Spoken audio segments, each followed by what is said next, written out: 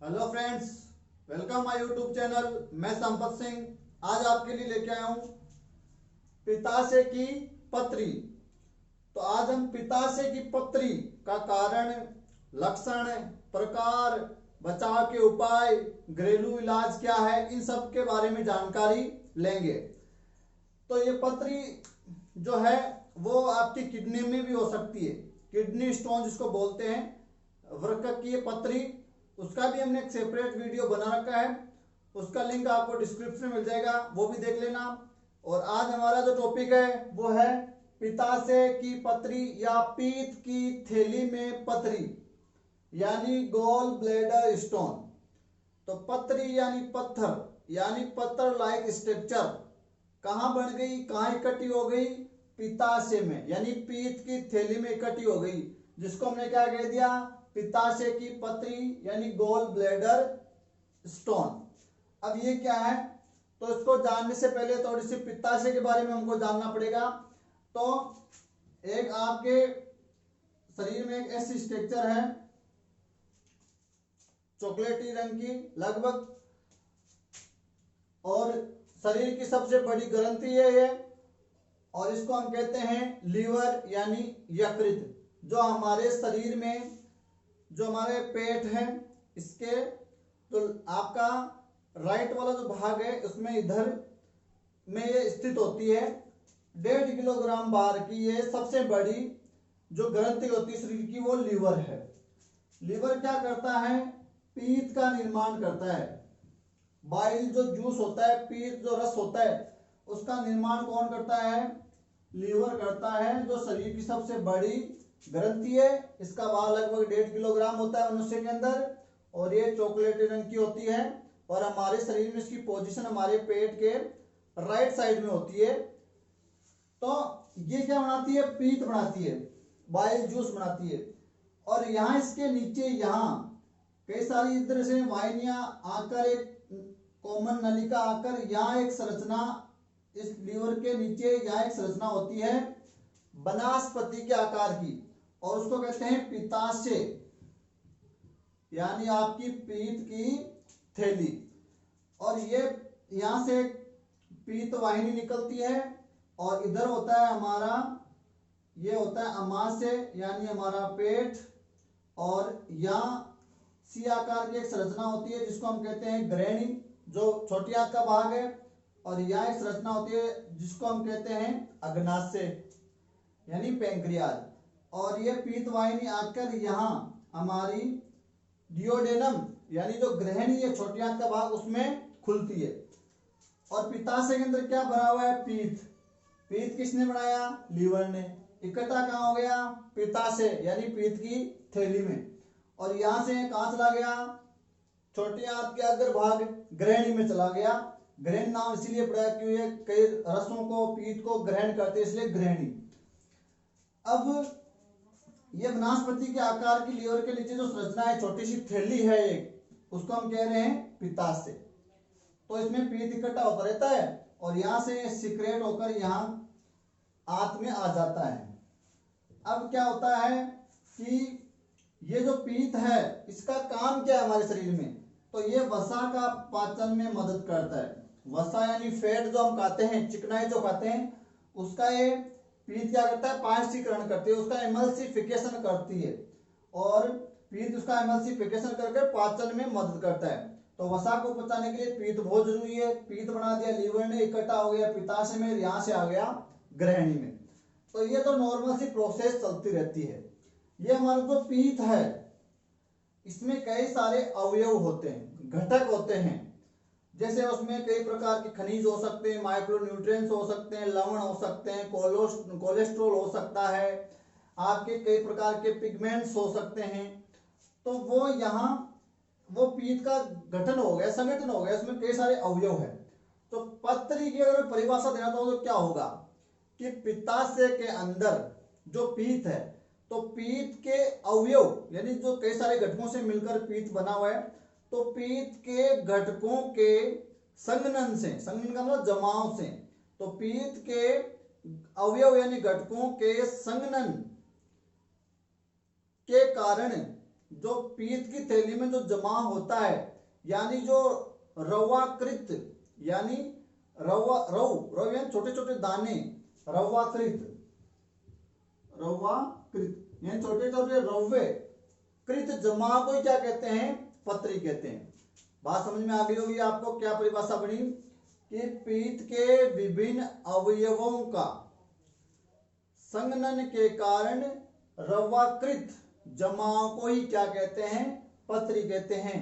यह कहाँ जमा हो रहा है? पित्ताशय के अंदर हो रहा है, और पीत के जो घटक है उनका जमा हो रहा है। अभी हम देखेंगे प्रकार में और ज्यादा, तो उसको हम क्या कहते हैं? इस स्थिति को हम पत्री कहते हैं। वो भी कहाँ की? गोल ब्लैडर पत्री, यानी पित्ताशय की पत्री। तो वो दाने शुरू में छोटे छोटे होते हैं और फिर धीरे धीरे अपना आकार बढ़ा लेते हैं और मजबूत हो जाते हैं पत्र की तरह, जिसको हम पत्री कहते हैं। ये जो दाने हैं, जो रवाकृत जो टुकड़े हैं, वो शुरू में छोटे होते हैं और धीरे धीरे वो अपना आकार बढ़ा लेते हैं। तो यहाँ वो दाने या रवे हैं, वो इस पित्ताशय की थैली में जमा होने लग जाते हैं। तो छोटे होते हैं तो नॉर्मली वो बिना कहीं अवरोध के यहाँ से यहाँ होते हुए छोटे आंत में आ जाते हैं। छोटे आंत से वो मल के रास्ते शरीर से बाहर निकल जाते हैं, तो वो पता नहीं चलता है।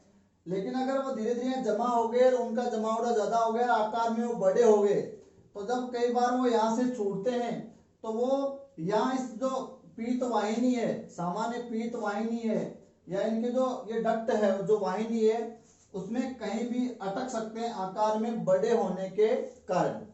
और अटक जाएंगे तो क्या होगा? ये जो यहाँ पीत है वो यहाँ से स्त्रावित होके आपकी छोटी आंत में नहीं जा पाएगा, ग्रहणी में नहीं जा पाएगा, जिससे क्या होगा? जो पित्ताशय है उसमें सूजन आ जाएगी, वो फूल जाएगा। और ये बीच में जो अटकने के कारण काफी मात्रा में क्या होता है? ऐसे ही ये पीड़ा होती है और बार बार इसमें पित्ताशय में सूजन आती है, और यहाँ वो बीच में जो टुकड़ा फंसा हुआ है वो काफी दर्द करता है और वो आसानी से निकल नहीं पाता, क्योंकि ये वाहिनी छोटी होती है, पतली होती है, तो वो अटक जाता है। तो इसी स्थिति को हम क्या कहते हैं? पत्री कहते हैं। तो यहाँ जो दर्द होता है वो कुछ समय के लिए हो सकता है या कई घंटों के लिए हो सकता है, यानी दर्द के दौरे से पड़ते हैं, इसमें पत्री के दौरे पड़ते हैं, यानी इसमें दर्द, भयानक दर्द शुरू होता है, कुछ समय के बाद शांत भी हो सकता है। तो वो ऐसा इसके कारण हो रहा है। यहाँ सूजन आ रही है, वो आकार में फैल रहा है, वो यहाँ इसका मार्ग, जो पीत का जो मार्ग है, उसको ये जो टुकड़ा है वो अवरोध कर रहा है, बाधा पहुंचा रहा है, पीत को जाने के लिए मार्ग में बाधा पहुंचा रहा है। तो ये जो पत्री के जो टुकड़े हैं वो पित्ताशय में भी हो सकते हैं या इसकी वाहिनी में कहीं भी अटक सकते हैं या हो सकते हैं। पित्ताशय की जो पत्री होती है उसमें जो दाने वो कई सालों तक पड़े रह सकते हैं, आपको बिना कोई परेशानी के ये वहां पड़े रहेंगे, इसलिए इसको साइलेंट स्टोन भी बोलते हैं। यानी ये शांति से कई सालों तक पड़े रहते हैं, कोई लक्षण नजर नहीं आता है, कोई दर्द पीड़ा नहीं होती है, और फिर अचानक इनका दर्द प्रकट होता है और जो काफी घातक हो सकता है। कहने का मतलब ऐसे ही पीड़ा का सामना करना पड़ सकता है। तो ये साइलेंट स्टोन इसको हम बोलते हैं। तो कई दिनों तक ऐसे जो है वो दबा रहता है, पड़ा रहता है। अब यहाँ जो स्टोन हो गए हैं वो किस कारण हुए, कौन कौन से अवयवों का यहाँ जमा हुआ, वो इसके प्रकार में देखेंगे हम।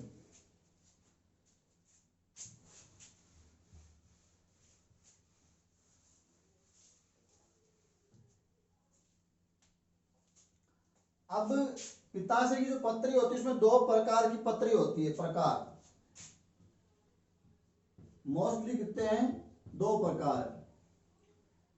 और दो प्रकार कौन कौन से हैं? पहला तो है कोलेस्ट्रोल, गोल ब्लेडर स्टोन।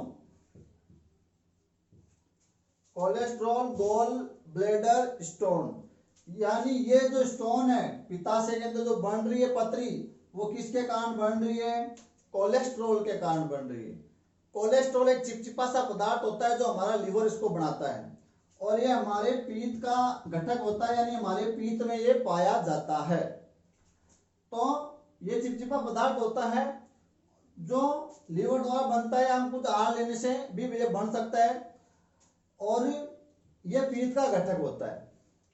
अगर कोलेस्ट्रॉल का जमा होने लग गया पित्त की थैली के अंदर, ये जो वनस्पति के आकार की जो रचना है, तो यहाँ अगर का अंदर का जो द्रव्य है वो ज्यादा पड़ गया, गाढ़ा पड़ गया है, या उसका पानी थोड़ा सा सूख गया है, निर्जलीकरण हो गया है, तो कोलेस्ट्रॉल का वहां जमा होने लग जाता है अंदर। या हम ज्यादा कोलेस्ट्रॉल युक्त आहार ले रहे हैं, या ये गाढ़ा होकर अंदर चिपकने लग गया है, तो यहाँ क्या होता है, कोलेस्ट्रॉल का जमा होने से कुछ रवे यानी वो क्रिस्टल बन जाते हैं, यानी वो छोटे छोटे टुकड़े बनना शुरू हो जाते हैं। और कोलेस्ट्रॉल युक्त जो स्टोन होता है उसका जो रंग है वो हरा पीला होता है। अगर आप उस स्टोन को देखोगे निकाल कर तो आपको मिलेगा हरा पीला स्टोन, तो समझ लेना कि वो कौन सा है, कोलेस्ट्रॉल के कारण हुआ है। और यहाँ ये जो स्टोन बनेगा, जो पत्री बनेगी, उसमें लगभग 80% क्या पाया जाता है, कोलेस्ट्रॉल पाया जाता है। प्लस 20% कोई अन्य घटक हो सकता है, जैसे कैल्शियम हो सकते हैं, कोई माइक्रो न्यूट्रिएंट्स या कुछ एलिमेंट्स या कोई पिगमेंट्स हो सकते हैं। और ये आम समस्या है, यानी आम जो पत्री है मेन जो मुख्य पाई जाती है वो यही पाई जाती है, कोलेस्ट्रॉल गोल ब्लैडर स्टोन, जो कोलेस्ट्रॉल के कारण होती है। और यहाँ जो स्टोन मिलेगा वो आपको बड़े मिलेंगे आकार में, छोटे नहीं मिलेंगे, और हरे और पीले रंग के मिलेंगे आपको। और यहाँ उन स्टोन में 80% आपको कोलेस्ट्रॉल मिलेगा। ये तो पत्री की जो प्रॉब्लम है वो एक आम प्रॉब्लम हो गई आजकल। कोई टाइम ये उम्र बढ़ने के बाद होती थी, आजकल हर कोई इससे परेशान है। भारत की लगभग 8% जनसंख्या इससे परेशान है। और महिलाओं में ये जो पत्री की जो प्रॉब्लम होती है, पित्ताशय की पत्री, वो ज्यादा होती है, महिला इससे ज्यादा ग्रसित होती है। तो यहाँ ये जो सामान्य जो रूप पाया जाता है स्टोन का वो कोलेस्ट्रॉल गोल ब्लैडर स्टोन का होता है, जिसमें जो रवे जो क्रिस्टल जो स्टोन बनते हैं वो बड़े बनते हैं, हरे पीले रंग के बनते हैं, उनमें 80% तक कोलेस्ट्रॉल पाया जाता है। और ये कोलेस्ट्रॉल के जमाव के कारण ऐसा हो रहा है। दूसरा प्रकार होता है, उसको क्या कहते हैं, उसको कहते हैं पिगमेंट यानी वर्णक।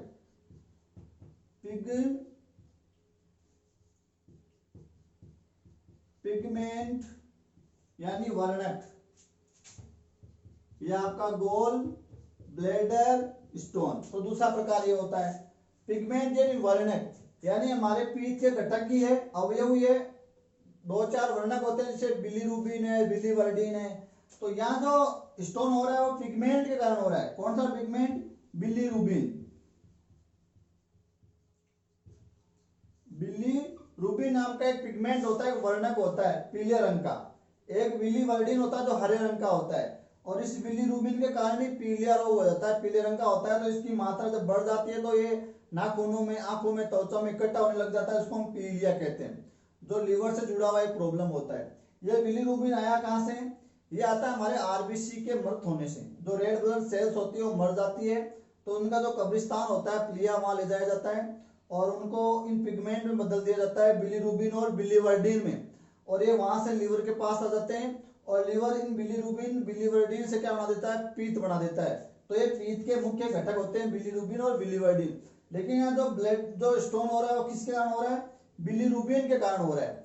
तो यहाँ बिलीरुबिन का जो पिगमेंट है उसका जमा हो जाता है और यहाँ जो पत्री बनती है या उसके जो क्रिस्टल बनते हैं वो छोटे होते हैं आकार में और गहरे रंग के होते हैं।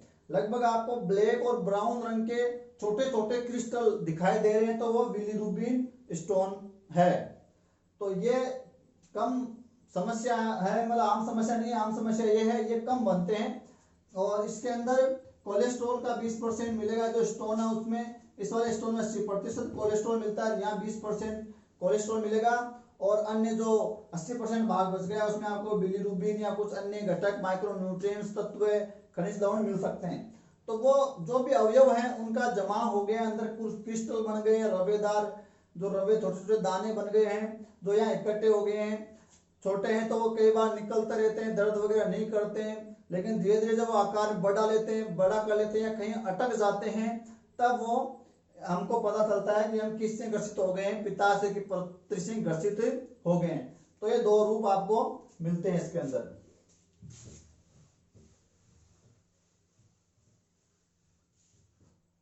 अब बात करेंगे ऐसा क्यों हो गया, ये पथरी क्यों बन गई, तो कारणों को जानेंगे क्या कारण है। तो वैसे कई सारे कारण हो सकते हैं, जैसे इसमें कारण हो सकता है आनुवांशिक यानी पारिवारिक इतिहास। अगर हमारे माता पिता में किसी में ये है पिताशय की पथरी तो संतान में होने की संभावना बढ़ जाती है। मोटापा, अगर वजन ज्यादा है शरीर का तो पथरी होने के खतरे बढ़ जाते हैं। बढ़ती हुई उम्र यानी समय के साथ जैसे जैसे उम्र होता है बुढ़ापा आता है तो पथरी होने के खतरे भी बढ़ जाते हैं, क्योंकि फिर पित्ताशय का संकुचन वगैरह कमजोर हो जाता है तो पित्ताशय पूरी तरह से खाली नहीं हो पाता है और अंदर वो कोलेस्ट्रॉल, वो पिगमेंट, वो न्यूट्रिएंट्स इकट्ठे होने लग जाते हैं और वो पथरी का रूप ले लेते हैं। इसके अलावा ज्यादा धूम्रपान करना, ज्यादा शराब पीना या ज्यादा चीनी युक्त पेय पदार्थ पीना, कोल्ड ड्रिंक्स पीना, फास्ट फूड खाना, मसालेदार सामग्री खाना, आपके तला भुना ज्यादा खाना जो जिसमें ज्यादा फैट होती है, कोलेस्ट्रॉल युक्त ज्यादा आहार लेना, जैसे कोलेस्ट्रॉल जिनमें ज्यादा होता है, जैसे जो तली भुनी चीजें ज्यादा होती है, फास्ट फूड होता है उनमें, तो वो ज्यादा लेना, बढ़ती उम्र, मोटापा, अनुवांशिक, धूम्रपान, गलत आदत, गलत दिनचर्या, पानी कम पीना, रेशेयुक्त आहार कम लेना, ये कई कारण हो सकते हैं। इसके अलावा प्रेगनेंसी हो सकता है, प्रेगनेंट के दौरान भी खतरा बढ़ जाता है। इसके अलावा महिलाओं को ज्यादा क्यों होता है, क्योंकि महिलाएं वो गर्भ निरोधक जो गोलियां लेती है उससे पित्ताशय की पथरी होने का खतरा बढ़ जाता है। अच्छा, इसके अलावा और क्या कारण हो सकता है, समय से पूर्व रजोनिवृत्ति, यानी समय से पहले अगर रजोनिवृत्ति हो रही है तो भी उसमें पित्ताशय की पथरी का खतरा बढ़ जाता है, इसलिए महिला इससे ज्यादा ग्रसित होती है। या गर्भ निरोधक गोलियां ले रही है या कोई विशेष प्रकार की दवाइयों का सेवन किया जा रहा है या आपके शरीर में मेलेटोनिन हार्मोन की कमी हो गई है। आपके मस्तिष्क में ग्रंथि होती है पीनियल का है जिससे एक हार्मोन निकलता है मेलेटोनिन, जिसको स्लीपिंग हार्मोन कहते हैं, जिससे आपको नींद आती है, आप जगते हो। अगर उस हार्मोन की कमी हो जाती है तो ये हार्मोन क्या करता है, आपके जो कोलेस्ट्रॉल होता है उसके सिक्रेशन को ये नियंत्रित करता है, इसके स्राव को नियंत्रित करता है और उस कोलेस्ट्रॉल को जो है पीठ में परिवर्तित करने में मदद करता है। तो एक्स्ट्रा जो कोलेस्ट्रॉल है उसको वो पीठ में बदल देता है और कोलेस्ट्रॉल का जो सिक्रेशन है उसको नियंत्रित करता है कौन, मेलेटोनिन। लेकिन अगर मेलेटोनिन कम सिक्रेट हो रहा है तो क्या हो जाएगा, पथरी होने के खतरे बढ़ जाएंगे क्योंकि कोलेस्ट्रॉल की मात्रा बढ़ जाएगी, जिससे ये पित्ताशय की पथरी होने के खतरे बढ़ जाते हैं। और गोरे लोगों में, जो गोरे नस्ल के लोग हैं उनमें ज्यादा होता है पथरी की प्रॉब्लम। तो ये कई सारे कारणों से क्या है, व्यक्ति को है वो ये पथरी होने की जो है शिकायत रहती है। अब जानेंगे इसके लक्षण क्या है कि ये हो गई ये प्रॉब्लम, तो लक्षण क्या नजर आएंगे। तो इसके अंदर कई सारे लक्षण आ सकते हैं, जैसे जी मिचलाना, इसमें जी मिचलाता है और व्यक्ति को उल्टियां होती है और पेट के जो आपका राइट वाला पोर्शन में उसमें ऊपरी वाले भाग में, क्योंकि यहाँ इसकी लोकेशन होती है वहां बहुत ज्यादा खतरनाक दर्द होता है, पीड़ा होती है क्योंकि वो कहीं अटक जाता है क्रिस्टल, तो पित्ताशय में सूजन आ जाती है, वो दर्द करता है। तो पेट के राइट वाले पोर्शन में जो दाहिना वाला भाग है उसमें साइड में काफी दर्द होता है, लीवर के नीचे वाले भाग में। और पेट में क्या होती है, ऐठन होती है, इससे एसिडिटी हो सकती है, बहुत ज्यादा मात्रा में डकारें आती है, इससे डायरिया हो सकता है, इससे पीलिया हो सकता है। अभी हम बात कर रहे थे कि बिलीरुबिन की मात्रा बढ़ने से या जमा होने से पीलिया होने का खतरा बढ़ जाता है, दस्त ज्यादा लगते हैं, एसिडिटी हो जाती है, व्यक्ति को बहुत डकारें आती है, पेट उसका फुला हुआ रहता है, भारी भारी लगता है। और उसको अगर इसमें कारणों जैसे कुछ लक्षण आपको नजर आ सकते हैं, पेट में दर्द, ऐठन और जी मिचलाना, उल्टियां होना, और अगर आपने वसायुक्त भोजन लिया है तो दर्द के दौरे और ज्यादा बढ़ जाते हैं क्योंकि वसा को पचाने में आपका पित्त मदद करता है। और फिर अगर वसायुक्त आपने भोजन लिया है तो आपके दर्द के दौरे बढ़ सकते हैं और ये दौरे मोस्टली रात को ज्यादा आते हैं क्योंकि जो वसा का पाचन, आपने खाना खाकर आप सो गए तो वसा का जो पाचन हो रहा है तो वो दौरे पड़ सकते हैं, रात को ज्यादा दर्द हो सकता है, ऐठन हो सकती है। और ऐठन जो दर्द होता है पेट में, जो खतरनाक दर्द होता है, उसके बाद उल्टियां होना शुरू हो जाती है, जी मिचलाना शुरू हो जाता है, गैस्ट्रिक की प्रॉब्लम, दस्त, एसिडिटी, डायरिया, पीलिया, मतलब ऐसे कुछ लक्षण है वो एक साथ आ जाते हैं। तो ऐसे लक्षणों से आप इसको पहचान सकते हो। इसके बाद करें बचाव के उपाय क्या है। बचाव के उपाय, तो बचाव के उपाय वो है जिन कारणों से हो रहे हैं उनको आप ध्यान रखें कि निरंतर योगा अभ्यास करें, शारीरिक परिश्रम करते रहें, खूब सारा पानी पिएं, हरी सब्जियां खाएं, विटामिन सी पर्याप्त मात्रा में लें, कॉफी, शराब, चाय, धूम्रपान से दूर रहें, और ज्यादा भूखा नहीं रहें। ज्यादा भूखा रहने से भी ये समस्या हो सकती है। विशेष प्रकार की जो दवाएं ले रहे हो तो उनका चेकअप वगैरह हो जाना चाहिए, और जो दवाएं साइड इफेक्ट डालती है वो उनका सेवन ना करें। ऐसे करके आप इसके बचाव के उपाय कर सकते हो। अब बात करें, कारण हो गए, लक्षण हो गए, बचाव हो गए, कुछ घरेलू उपाय देख लेते हैं।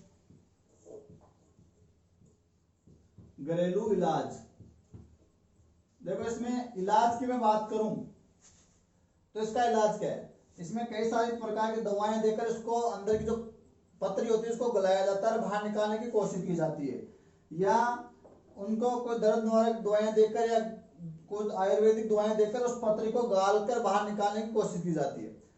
अगर स्थिति गंभीर हो गई है, आपने सही से उसको नजरअंदाज कर दिया, सही से ध्यान नहीं दिया है, तो क्या होता है, जब लगातार पित्ताशय में सूजन आती है, वो फैलता है, सिकुड़ता है, सूजन आने से क्या पित्ताशय बेकार हो जाता है, सही तरीके से काम नहीं करता है, और इसमें बहुत सारे स्टोन जमा हो जाते हैं, जो संख्या में कितने भी हो सकते हैं, ज्यादा हो सकते हैं, आकार में छोटे बड़े हो सकते हैं, जिससे क्या होता है पित्ताशय बेकार हो जाता है, सही तरीके से काम नहीं करना होता है। इसके लिए भी सर्जरी की जरूरत पड़ती है, और सर्जरी से क्या होता है, पित्ताशय को काट कर ही निकाल दिया जाता है, पित्ताशय को अलग कर दिया जाता है, और फिर जो बाइल जूस है वो सीधा ही लीवर से ग्रहणी में जाता है, आपके डीओडी में ग्रहण किया जाता है। तो फिर व्यक्ति को वसायुक्त भोजन को पचाने में दिक्कत होती है काफी, क्योंकि बाइल जूस प्रॉपरली सही वर्क नहीं कर रहा, सही नहीं पूछ पा रहा है, तो ऐसा होने से उसको काफी दिक्कतों का सामना करना पड़ सकता है। तो गंभीर स्थिति होने पर पित्ताशय को ही हटा दिया जाता है, गोल ब्लैडर को काट के हटा दिया जाता है, और पहले चीरा लगाकर इसकी सर्जरी की जाती थी जो काफी पीड़ादायक थी। आजकल दूरबीन से इसकी सर्जरी की जाती है, उनके दानों को वहां से गलाने की कोशिश की जाती है दूरबीन द्वारा, और वो ये प्रॉब्लम शांत हो जाती है। और कई बार इसके दाने हैं वो आपकी जो अग्नाशय से जहाँ जुड़ी हुई है वहां अग्नाशय में भी जा सकते हैं, तो अग्नाशय से कोई प्रॉब्लम हो सकती है, या आपने ज्यादा ध्यान नहीं दिया तो पित्ताशय में आपका कैंसर भी हो सकता है। तो ऐसे कुछ कॉम्प्लिकेशंस भी इसमें आ सकती है। अगर आपका ये पित्ताशय सही तरह संकुचन नहीं कर रहा है तो इसके अंदर ये पूरी तरह से खाली नहीं होता है, तो कोलेस्ट्रॉल, पिगमेंट वगैरह जमा होने लग जाते हैं, तो वो भी एक कारण हो सकता है पथरी होने का। तो जांच वगैरह प्रॉपरली चेकअप कराते रहना चाहिए व्यक्ति को। अब कुछ घरेलू इलाज देखें हम कि घर में क्या इलाज इसका कर सकते हैं, तो एक हम इसमें कर सकते हैं नारियल का तेल, नारियल तेल प्लस सेब का रस प्लस नींबू रस, इनको मिलाकर इसका सेवन किया जा सकता है, जो ये गालने में मदद करते हैं। चुकंदर का जूस, चुकंदर का जूस इसमें अच्छा होता है। एक आपकी क्रैनबेरी का जूस, क्रैनबेरी का जूस पीना चाहिए। पिपरमेंट, पिपरमेंट चाय के पत्ते इसमें काफी अच्छे होते हैं, और सबसे इसमें बेस्ट माना जाता है बनास्पति, बनास्पति यानी जो नाशपति या बनास्पति होता है, बनास्पति के आकार पित्ताशय होता है, तो इसे याद रख लेना। बनास्पति का सेवन इसमें बहुत ज्यादा अच्छा माना गया, रामबाण इलाज माना गया है। तो पित्ताशय की पत्री का जो रोगी है उसको बनास्पति का सेवन ज्यादा से ज्यादा करना चाहिए।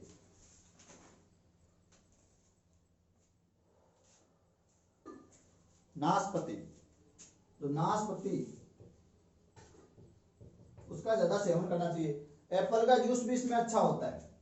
एप्पल का जूस केवल सिंगल लिया जा सकता है, इसके साथ लिया जा सकता है, या सिरका प्लस सेब का रस लिया जा सकता है।